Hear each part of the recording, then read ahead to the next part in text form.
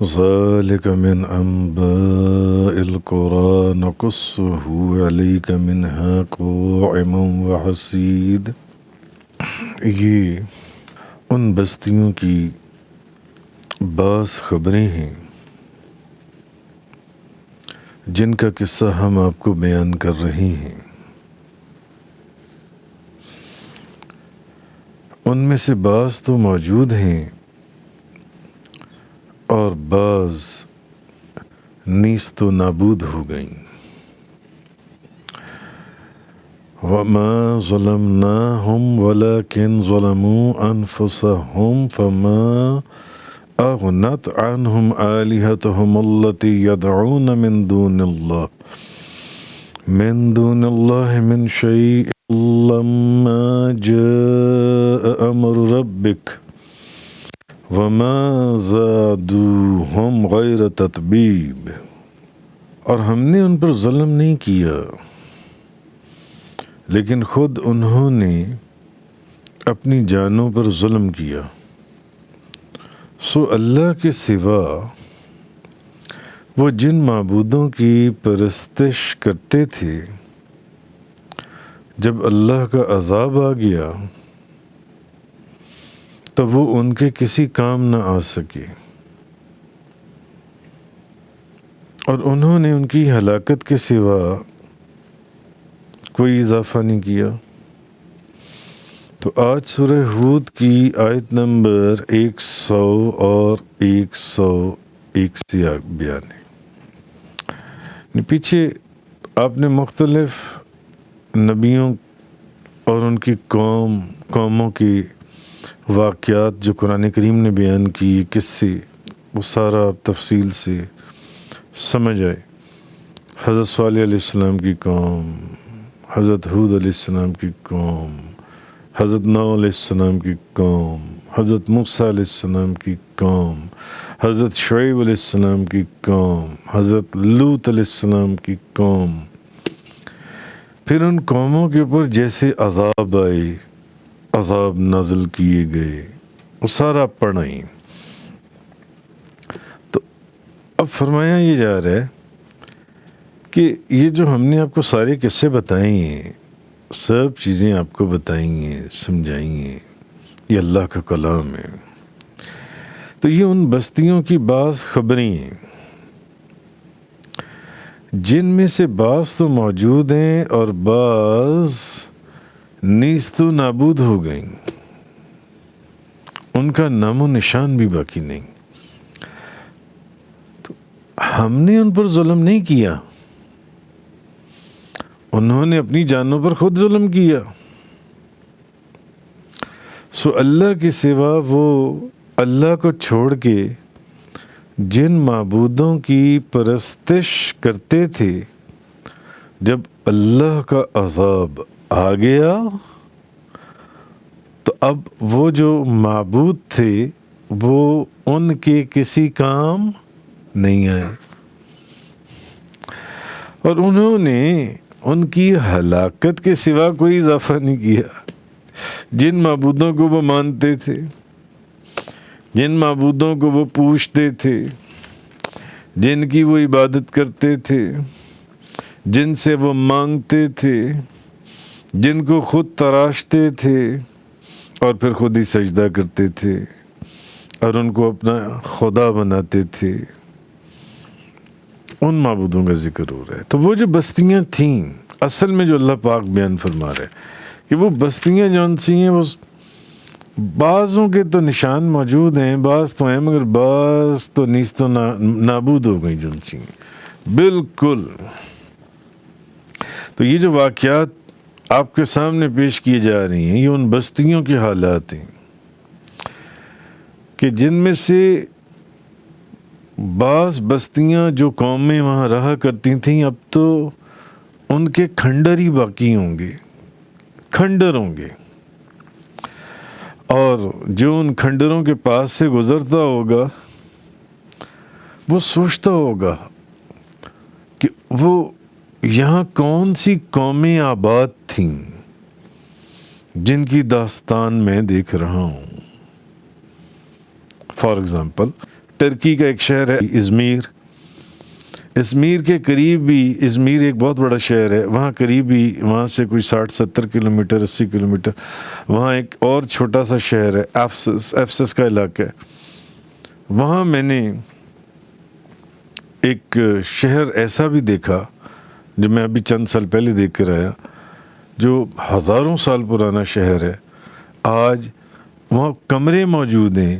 وہ ان کے جو جہاں وہ بیٹھ کر فیصلے کرتے تھے، جہاں نہاتے تھے، جہاں سزائیں دیتے تھے، جہاں عیاشی کرتے تھے، مگر صرف پتھر موجود ہیں۔ وہ پتھروں کے اوپر وہ شہر آج بھی موجود ہے، اور وہ اپنی داستان، خوفناک داستان سنا رہا ہے کہ کبھی یہاں کوئی قوم آباد تھی، اور بڑی مہنگی ٹکٹ ہے اس کی،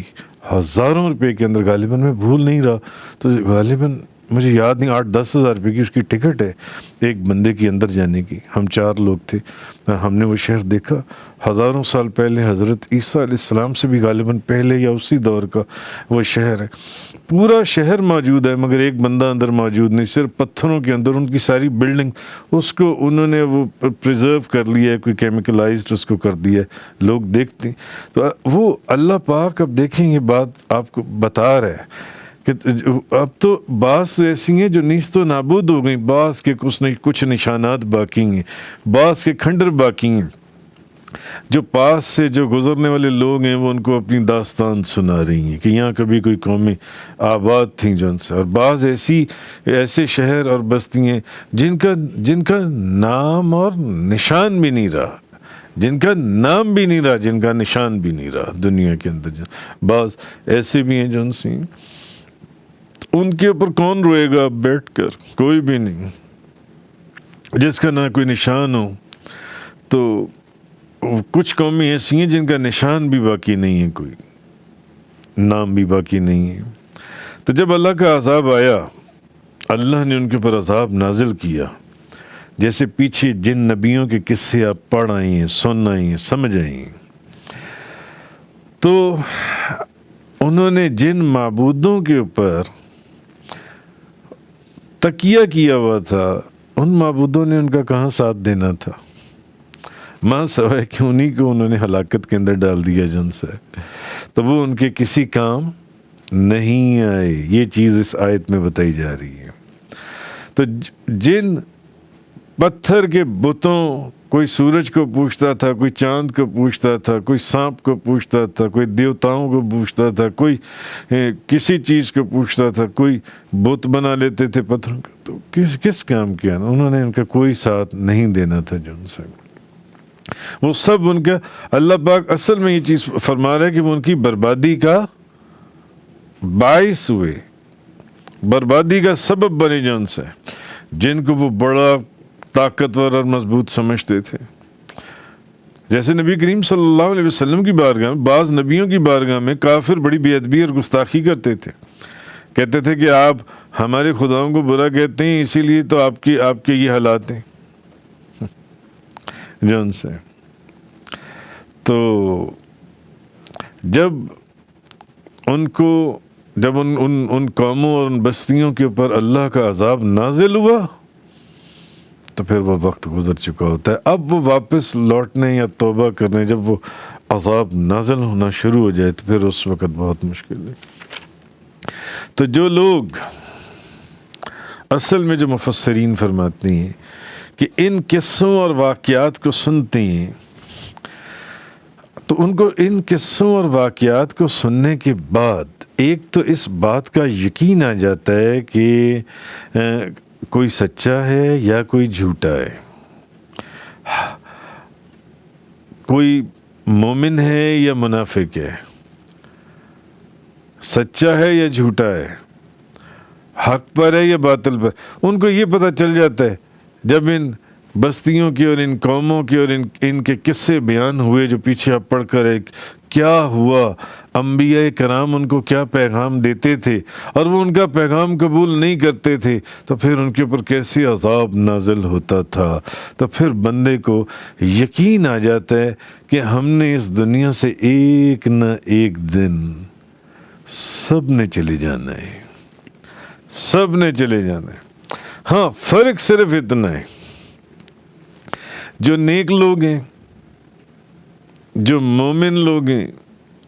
جو اللہ اور اس کے رسول کے پر ایمان لائے، ان کے مرنے کے بعد ان کا ذکر تعریف کے ساتھ کیا جائے گا.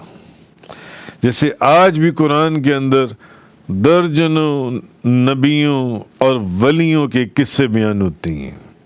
انبیاء اور اولیاء کے. ان کے جانے کے بعد ان کا ذکر احترام سے کیا جائے گا،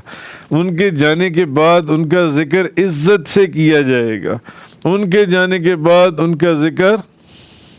محبت سے کیا جائے گا، بلکہ ان کا نام لے کر فخر محسوس کیا جائے گا کہ وہ ہمارے بزرگ تھے، وہ ہمارے بزرگ تھے جون سی.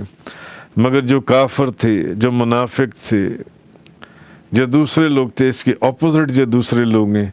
ان کا ذکر ایک پھٹکار کے ساتھ کیا جائے گا. جیسے پچھلی آیتوں میں آپ نے پڑھا کہ اللہ پاک نے فرمایا اور اللہ کی لعنت ان کے اوپر مسلط ہو گئی، اور وہ لعنت ان کے ساتھ رہے گی. اس میں نبیوں کی بھی لعنت ہے، اس میں فرشتوں کی بھی لعنت ہے. جیسے کل کے درس قرآن میں جو ان سے آپ سن رہے تھے جو ان سے، تو ان کو ذلت اور رسوائی کے ساتھ یاد کیا جائے گا، نفرت کے ساتھ ان کو یاد کیا جائے گا. مگر جو نیک لوگ تھے، جب یہ بات یقین ہو جائے گی نا کہ بس ہم سب نے جانا ہے، یہ سب ایک تماشا ہے، ہم سب نے چلے جانا ہے، تو پھر جب بندہ انبیاء اور اولیاء کی پھر جب قصے سنتا ہے اور باتیں سنتا ہے، قرآن دیکھ لیں سارا کیا ہے، نبیوں اور ولیوں کے قصے بیان ہوئے ہیں، واقعات بیان ہوئے ہیں. آج لوگ کہتے ہیں نا کہ آپ صالحین کا ذکر کیوں کرتے ہیں، اولیاء کا ذکر کیوں کرتے ہیں؟ تبھی ان سے پوچھو، اللہ تعالیٰ نے قرآن کریم میں جگہ جگہ کے اندر انبیاء کا بھی ذکر کیا، صالحین کا بھی ذکر کیا، اولیاء کا بھی ذکر کیا. اللہ نے جگہ جگہ قرآن کے اندر. تو اب جب قرآن کے اندر یہ آیات بار بار ہم پڑھتے ہیں، آپ پیچھے سنتے آ رہے ہیں نا، ساتھ ساتھ سائملٹینیسلی ساتھ نبیوں کے بھی قصے چل رہے ہیں، ان کے ماننے والوں کے بھی قصے چل رہے ہیں، اور ان کا انکار کرنے والوں کے بھی قصے چل رہے ہیں. صالحین کا بھی ذکر ہو رہا ہے، ایمان والوں کا بھی ذکر ہو رہا ہے، کافروں کا بھی ذکر ہو رہا ہے، بادب اور فرما بردار لوگوں کا بھی ذکر ہو رہا ہے قرآن کے اندر جگہ جگہ، اور نافرمان اور گستاخ اور بے ادب لوگوں کا بھی ذکر ہو رہا ہے جن سے. تو بہرحال پہلی چیز تو یہ ہے کہ جب بندہ ان کافروں کا ذکر پڑھتا ہے، ان گستاخوں اور نافرمانوں کا ذکر جگہ جگہ جگہ جگہ، اب کیوں ذکر کیا جا رہا ہے؟ تو پھر بندے کا دل نرم ہوتا ہے، وہ ڈرتا ہے، وہ خوف کھاتا ہے کہ نہیں، اگر ان قوموں کا جن کے اندر کوئی ولی نہیں نبی رہے، فقط نافرمانی اور گستاخی اور بے ادبی کی وجہ سے ایسا اللہ کا عذاب نازل ہوا، کسی کے اوپر پتھر برسائے گئے، کسی کے اوپر آگ برسائی گئی، کسی کے اوپر پانی برسایا گیا، تو کسی کے اوپر چنگاڑ کا عذاب آیا، تو کسی کو ویسے ہی زمین میں دھانس دیا گیا، کسی کے اوپر پہاڑ اٹھا دیا گیا، تو کسی کو پانی میں ڈبو دیا گیا. تو پھر بندہ اللہ کی طرف، اللہ کا ڈر اور خوف اس کے دل اور وجود کے اندر بیٹھتا ہے. اور جب صالحین کا ذکر ہوتا ہے، انبیاء کا ذکر ہوتا ہے، اولیاء کا ذکر ہوتا ہے، تو پھر کیا ہوتا ہے؟ پھر بندہ اللہ کی طرف رجوع کرتا ہے، اس کو آخرت کا یقین ہوتا ہے، اللہ کے احکامات کو نہ صرف قبول کرتا ہے بلکہ ان کے اوپر عمل کرنے کی بھی پوری کوشش کرتا ہے. جب نبیوں اور ولیوں کے قصے اور باتیں سنتا ہے، آپ سب لوگ اپنے اپنے کاروبار چھوڑ کر اتنی دور سے جو یہاں آ کر قرآن سن رہے ہیں، کیوں سن رہے ہیں؟ کیونکہ آپ لوگ قرآن کے اندر نبیوں اور ولیوں کے، صالحین کی سنتے چلے آ رہی ہیں کہ صحیح پچھلے ہی چند رکوع لے لیں آپ، تو پھر دل اللہ کی طرف رجوع کرتا ہے. اللہ کی طرف توجہ ہوتی ہے، پھر انسان کہتا ہے کہ نہیں، ہر چیز کو پیچھے چھوڑ دو، مگر سب سے پہلے قرآن کو سننا ہے، حدیث کو سننا ہے۔ کیوں؟ اس لیے کہ انبیاء اور اولیاء کی جو باتیں ہیں یہ انسان کو اللہ کی طرف رجوع کروا دیتی ہیں، رجوع اللہ کی طرف انسان چلا جاتا ہے۔ میں آپ کو بتاتا ہوں، شیخ فرید الدین عطار رحمۃ اللہ علیہ، نیشا پور، میں نے ان کے مزار کے اوپر حاضری دی ہے۔ وہ کہتے ہیں کہ لوگوں نے امام یوسف ہمدانی سے پوچھا کہ جب بزرگان دین کا زمانہ گزر جائے اور یہ جماعت روپوش ہو جائے، تب ہم دنیا کے جو مکروہات ہیں اس سے کس طرح محفوظ رہیں؟ جب بزرگان دین کا زمانہ گزر جائے اور یہ جماعت چھپ جائے، اب انبیاء کرام بھی تو چھپ گئے نا، پردہ فرما گئے، اور اولیاء کرام کی جماعت، تو پھر ہم دنیا کے مکروہات سے کس طرح محفوظ رہیں؟ تو انہوں نے فرمایا کہ تم ان کے کلام اور ان کے حالات کے روزانہ 8 ورق پڑھتے رہنا، تو دنیا کے مکروہات سے محفوظ رہو گے، یعنی اللہ کی طرف رجوع اللہ کامل رہے گی۔ تو اگر اولیاء کی حالات اور واقعات پڑھنے سے انسان دنیا کے مکروہات سے محفوظ ہو جاتا ہے، تو پھر انبیاء کے اور پھر سرور انبیاء کے، تاجدار انبیاء کے، نبی کریم صلی اللہ علیہ وسلم، پھر نبیوں کے واقعات پڑھنے سے۔ لوگوں نے خواجہ جنید بغدادی سے پوچھا کہ مرید کے لیے ان حکایتوں میں کیا فائدہ ہے؟ تو آپ نے فرمایا مردان خدا کے ذکر کے طفیل، مرید کا ٹوٹا ہوا دل، جو لوگ کسی شیخ کامل کے پاس ہدایت کا راستہ پوچھنے کے لیے آتی ہیں، دل مضبوط ہوتا ہے اور ان بزرگان کی طرف سے روحانی مدد حاصل ہوتی ہے، کیونکہ خود خدا کا فرمان ہے۔ خواجہ جنید بغدادی نے فرمایا خود خدا کا فرمان ہے، اے محمد صلی اللہ علیہ وسلم، گزرے ہوئے لوگوں کا قصہ ہم تمہارے سامنے بیان کرتے ہیں تاکہ تمہارا دل اس سے اطمینان حاصل کرے اور مضبوط ہو۔ اب نبی کریم صلی اللہ علیہ وسلم کو اللہ تعالیٰ فرما رہا ہے، اے محمد صلی اللہ علیہ وسلم، گزرے ہوئے لوگوں کا قصہ ہم آپ کے سامنے بیان کرتے ہیں تاکہ آپ کا دل اس سے اطمینان حاصل کرے اور مضبوط ہو۔ اس کا مطلب کیا ہے کہ گزرے ہوئے لوگوں کے جو قصے ہیں، نبیوں اور ولیوں کے، صالحین کے، یہ جو ان سے ہیں، یہ دلوں کا اطمینان اور اللہ کے اوپر ایمان کے اندر یقین کامل اور مضبوطی کے اس مقام پر پہنچا دیتے ہیں کہ جیسا انہوں نے کہا کہ انسان، امام یوسف ہمدانی نے، کہ انسان دنیا کے مکروہات سے محفوظ ہو جاتا ہے۔ تو شیخ بو علی دقاق سے پوچھا گیا کہ مردان خدا کا ذکر سننے سے کیا فائدہ حاصل ہوگا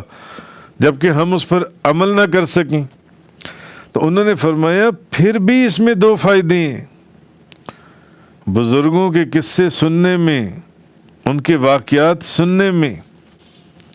کہ اگر انہوں نے کہا کہ اگر ہم اس پر عمل نہ کریں تو پھر ہمیں کیا فائدہ ہوگا؟ انہوں نے کہا پھر بھی فائدہ ہوگا۔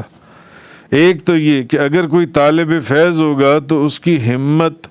مضبوط ہوگی اور طلب بڑھے گی، اور دوسرا یہ کہ ان نبیوں اور ولیوں اور صالحین کے قصے اور واقعات سننے سے انسان کا غرور اور تکبر ختم ہو جاتا ہے، انسان کا غرور اور تکبر ختم ہو جائے گا، ختم ہوگا، اور اس انسان کو شیخ بو علی دقاق نے فرمایا، انہوں نے فرمایا کہ اس شخص کو اپنی جو بڑائی ہے، ابھی جب میں کرتا کہ میں یہ اور میں وہ اور میں فلانا، اس کو اپنی بڑائی کے اندر اپنی برائی دکھائی دے گی، عاجزی، انکساری جنسی، اس کا غرور ختم ہو جائے گا۔ تو کہنے کا مقصد یہ ہے کہ نبی کریم صلی اللہ علیہ وسلم نے فرمایا، حدیث میں ہے، اولیاء اللہ کے ذکر کے وقت اللہ کی رحمت نازل ہوتی ہے۔ صالحین کے ذکر کے وقت، اب صالحین کا ذکر ہو رہا ہے، اللہ والوں کا ذکر ہو رہا ہے، اولیاء کی باتیں ہو رہی ہیں، حضور نے فرمایا ان کے ذکر کے وقت اللہ کی رحمت نازل ہوتی ہے۔ تو جو قرآن کے اندر صالحین اور ساتھ ساتھ نبیوں کا ذکر اور قصے چل رہے ہیں، وہاں کیا کچھ نازل ہوتا ہوگا، رحمت کے سمندر نازل ہوتے ہوں گے۔ تو اس لیے یہ بہت ضروری ہے کہ جب یہ جو قصے قرآن کے اندر اللہ تعالیٰ نے بیان کیے، اس سے دلوں کی کیفیت کس طرح، ایسا نہیں ہے کہ کافروں کا ذکر پڑھ کر حالات نہیں، وہ کافروں کا بھی ذکر پڑھ کر انسان اللہ کی رحمت کی طرف، اس کی مغفرت کی طرف، اس کی معافی کی طرف، جو ان کے اوپر عذاب نہ، اللہ کی طرف رجوع کرتا ہے، اور اس کے بندوں کا بھی ذکر پڑھ کر انسان اللہ ہی کی طرف رجوع کرتا ہے۔ وہ تو خیر عجیب و غریب معاملات ہیں۔ بہرحال آگے فرمایا آیت نمبر 102 کے اندر آگے فرمایا، وَكَذَلِكَ أَخْذُ رَبِّكَ إِذَا أَخَذَ الْقُرَىٰ وَهِيَ ظَالِمَةٌ إِنَّ أَخْذَهُ عَلِيمٌ شَدِيدٌ۔ اور آپ کے رب کی گرفت اسی طرح ہوتی ہے جب وہ بستیوں پر اس حال میں گرفت کرتا ہے کہ وہ ظلم کر رہی ہوتی ہیں، بے شک اس کی گرفت دردناک اور شدید ہے۔ اللہ کی جو گرفت ہے دردناک بھی ہے اور شدید بھی ہے۔ آپ کے رب کی گرفت اسی طرح ہوتی ہے جب وہ بستیوں پر اس حال میں گرفت کرتا ہے جب وہ ظلم کر رہی ہوتی ہیں۔ پڑھ رہے ہیں نا پیچھے اب سارے قصے مختلف نبیوں کے جو میں نے ابھی ذکر کیا، تو بے شک اس کی گرفت دردناک اور یعنی دردناک شدید ہے۔ تو کہا یہ جا رہا ہے کہ جب اللہ نے یہ بتا دیا کہ پچھلی قوموں نے جب اپنے رسولوں کو جھٹلایا، ان کی مخالفت کی، ان کی بارگاہ میں بے ادبی، نافرمانی اور گستاخی کی،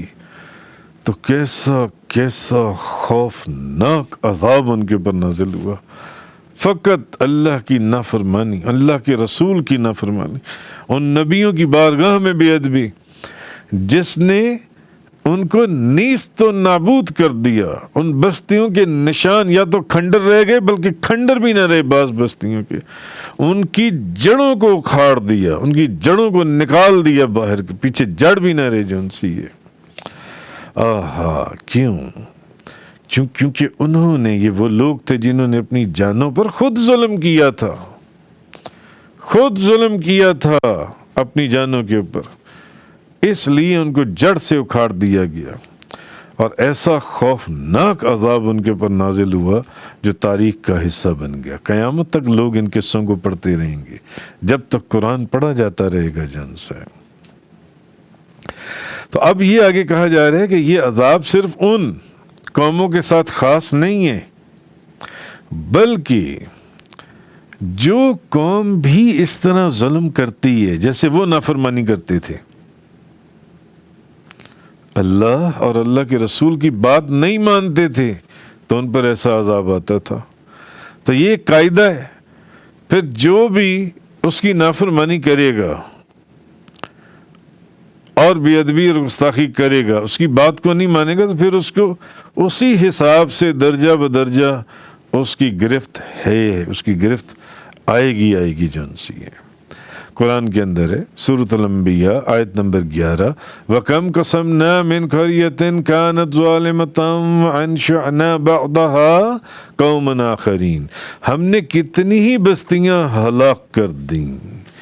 جو ظلم کرنے والی تھیں، نافرمان تھیں، سرکش تھیں، جو بات نہیں مانتے تھے، ہم نے ان کو ہلاک کر دیا، اور ان کے بعد ہم نے دوسری قومیں پیدا کر دیں۔ تو حضرت ابو موسیٰ اشعری رضی اللہ تعالیٰ عنہ بیان کرتے ہیں کہ نبی پاک صلی اللہ علیہ وسلم نے فرمایا، بے شک اللہ تعالیٰ ظالم کو ڈھیل دیتا رہتا ہے، مگر جب پھر اس کو پکڑ لیتا ہے تو پھر اس کو مہلت نہیں دیتا. ظالم کو ڈھیل دیتا ہے اللہ تعالیٰ. نبی کریم صلی اللہ علیہ وسلم نے فرمایا مگر جب پھر اس کو پکڑ لیتا ہے نا تو پھر اس کو مہلت نہیں دیتا. نبی کریم تو ترمذی شریف کی اور بخاری شریف کی حدیث ہے. تو اصل چیز یہ ہے کہ جو شخص ایک بات بھی اس کے اندر ایک نقطہ یہ بھی سمجھایا گیا کہ جو بندہ اپنی جہالت یا اپنے نفس کی وجہ سے جن سے کوئی گناہ کر بیٹھے تو اس کو چاہیے کہ فوراً توبہ کر لے. کیوں؟ جب تک سانس جاری ہے توبہ کا دروازہ کھلا ہے. توبہ کا دروازہ کھلے اور اللہ سے معافی مانگ لے کہ یا اللہ میرے سے یہ گناہ ہو گیا جن سے, تاکہ وہ کہیں وہ جو اپنی جان پر ظلم کر رہا ہے یا کسی پر ظلم کر رہا ہے, وہ جو بھی ظلم کر رہا ہے, کہیں وہ اسی حکم کے اندر داخل نہ ہو جائے جو اللہ تبارک و تعالیٰ نے فرمایا جن سے, کہ جن کے لیے اللہ تعالیٰ نے دردناک اور شدید ان کی گرفت رکھی ہے, جس کا آیت نمبر 102 کے اندر بیان ہے. فوراً اس کو توبہ کرنی چاہیے, جیسے کہ سورہ آل عمران کی آیت نمبر 135 کے اندر اللہ تعالیٰ نے فرمایا, اور لوگ جب کسی بے حیائی کا ارتکاب کریں یا اپنی جانوں پر ظلم کر بیٹھیں تو اپنے گناہوں کی معافی طلب کریں, اور اللہ کے سوا کوئی گناہوں کو اللہ کے سوا کوئی اور گناہوں کو بخشے گا؟ اللہ کے سوا کون گناہوں کو بخشتا ہے؟ اور اپنے کیے ہوئے کاموں پر جان بوجھ کر اصرار نہ کریں. یعنی توبہ کا دروازہ تو جب ان نبیوں کی قوم جن کے آگے عذاب آیا ان میں بھی جب جن لوگوں نے توبہ کی تو اللہ نے ان کو قبول فرما لیا اور ان کو ان نبیوں کے ساتھ وہاں سے باہر نکال دیا یا اس کشتی میں سوار کروا دیا. مگر باقی لوگوں کے اوپر اللہ کا وہ خوفناک شدید اور دردناک گرفت اور عذاب جو تھا وہ نازل ہو گیا. تفسیر قرآن کا یہ لیکچر انگلش میں سننے کے لیے براہ کرم ڈسکرپشن میں موجود لنک پر کلک کریں.